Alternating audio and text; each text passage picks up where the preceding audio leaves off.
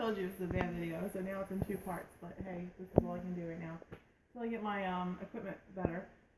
So basically, I just gave you the whole recipe on my lemon chicken and dill. Sorry, lemon and dill chicken. So right now I'm gonna plate this up. I got my plate right here. Here are the rutabaga. Put it back there. This one. This is fun. Okay, I'm gonna take a piece of this chicken. Put it right on top, right like this. A little bit of that gravy. Right here. Get a couple of the beans. There you have it, folks. Here is the dish. Lemon dill chicken with garlic and rutabaga and carrot and waxed beans with onions and peppers.